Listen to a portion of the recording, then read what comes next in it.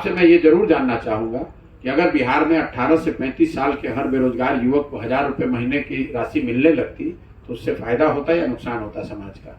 अगर बिहार के हर घर में नल से पानी पहुंच जाता तो उससे बिहार के लोगों की स्थिति बेहतर होती या खराब होती? अगर बिहार के हर नली और गली का पक्कीकरण जो देश में कहीं पर उतने बड़े स्तर पर नहीं प्लान किया गया है वो कर दिया गया होता 80,000 करोड़ रुपए लगाकर बिना भ्रष्टाचार के, तो उससे आज गाँव की स्थिति बदली होती कि नहीं बदली होती? अगर बिहार के हर खेत में सिंचाई का एश्योर्ड पानी पहुंचा दिया गया होता तो उससे किसानों की स्थिति सुधरती कि नहीं सुधरती? ये मैंने बातें कही, योजना बनवाई, पैसे एलोकेट करवाए, उसको करवाने के लिए बिहार विकास मिशन बनवाया। मैं स्वयं सरकार में कभी शामिल नहीं रहा, लेकिन सलाहकार होने के नाते जो मुझसे बना मैंने किया। लेकिन अगर आप चाहते हैं कि वो दोष मेरे पर देना तो भी दोष है, मान लिया कि मेरा ही दोष है, तो भी मैं आज अपने स्तर से जितना हो सकता है मैं प्रयास कर रहा हूँ और एक ईमानदारी से उसको बेहतर बनाने का प्रयास कर रहा हूँ। हर गांव में, हर शहर में, हर पंचायत में जो लोग यहाँ 20-30 साल से राजनीति कर रहे हैं उनको जो पता नहीं है, मैं हर गांव हर घर जा रहा हूँ, पैदल चल के जा रहा हूँ। हर पंचायत की अगले 10 साल की विकास की योजना बनवा रहा हूँ, इसको कैसे इम्प्लीमेंट करना है, किन लोगों को साथ लेकर चलने की जरूरत है। इसीलिए अपने जीवन का सब कुछ छोड़कर रोड पर रोज घूम रहे हैं।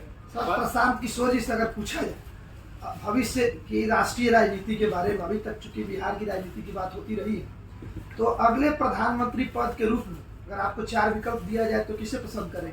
नरेंद्र मोदी, नीतीश कुमार, ममता बनर्जी, अरविंद केजरीवाल? मैं किसी भी राष्ट्रीय मुद्दे पर, मेरा ये स्वभाव नहीं है कि जिन मुद्दों से मैं जुड़ा ना हूं उस पर टीका टिप्पणी करना। आप बिहार के पत्रकार हैं तो आपने देखा होगा कि पिछले साल मई से पहले पिछले 3 साल में बिहार में छोटी बड़ी हर वो घटना जो यहाँ हुई होगी, मैंने आज तक कभी कोई टीका टिप्पणी उस पर नहीं की है। तब मैं राष्ट्रीय राजनीति के मामले में ही बोलता रहा हूँ, चाहे वो CA NRC हो, चुनाव के मामले हो, कोई राष्ट्रीय समीकरण की बात हो, गठबंधन की बात है। लेकिन मैंने वो काम छोड़ दिया है और तय किया है कि मुझे बिहार के बाहर न देखना है, न जाना है, न कुछ करना है। मैंने अपने जीवन के कुछ वर्ष सिर्फ और सिर्फ बिहार को समझने, बिहार की स्थिति को बेहतर बनाने के लिए एक सोची समझी रणनीति बनाने और इसके लिए ईमानदारी से प्रयास करने के लिए लगाया है। अब आज केरल में क्या हो रहा है, भारत जोड़ो यात्रा में क्या हो रहा है, ममता बनर्जी क्या कर रही हैं, नरेंद्र मोदी जी क्या कर रहे हैं, ये ना मेरा विषय है, ना मेरी उसमें शामिल होने की कोई दिलचस्पी है। मैं आप देखिए, जब 2 अक्टूबर से मैंने चलना शुरू किया है तो मैं गाड़ी पर पैर तक नहीं रखता हूँ। मैं 1 मिनट के लिए अपने घर तक नहीं गया हूँ।